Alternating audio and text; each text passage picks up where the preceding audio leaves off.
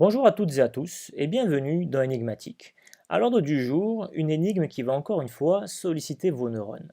J'ai nommé les tours d'Hanoï. Mais cette fois-ci, vous ne devrez non pas répondre à une, mais à trois questions, rien que ça.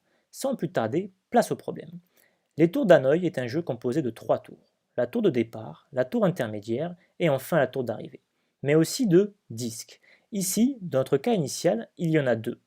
L'objectif du jeu est de déplacer tous les disques de la tour initiale à la tour d'arrivée, et ce, en un minimum de coups, et en respectant les règles suivantes. Nous ne pouvons déplacer qu'un seul disque à la fois, et nous ne pouvons placer un disque que sur un autre plus grand que lui, ou sur un emplacement vide. Voyons voir ce que cela donne avec ces deux disques. Premier déplacement. Deuxième, et enfin le troisième. Donc pour deux disques, nous devons effectuer au minimum 3 déplacements. Passons alors au premier problème. Tentons avec 3 disques et cette fois-ci, ça va être à vous de jouer.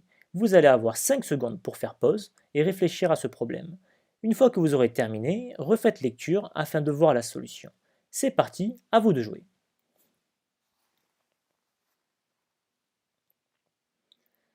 Nous revoici pour la correction. Voici le premier déplacement, le deuxième,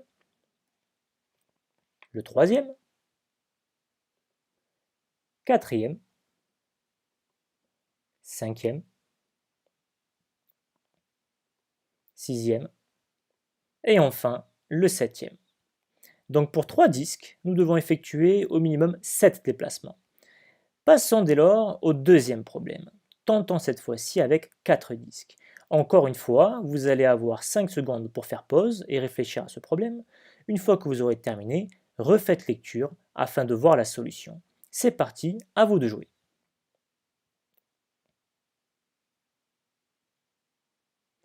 Nous revoici pour la correction. Voici le premier déplacement, le deuxième, le troisième, quatrième, le cinquième, le sixième, le septième, huitième, neuvième, et c'est bientôt terminé, dixième, le onzième, le douzième,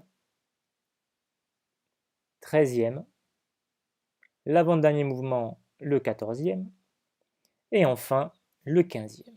Donc pour 4 disques, nous devons effectuer au minimum 15 déplacements.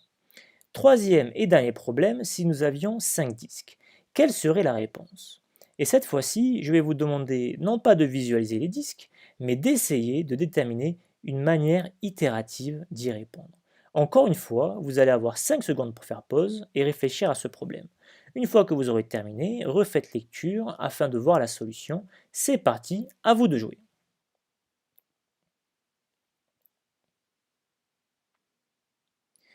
Nous revoici pour la correction.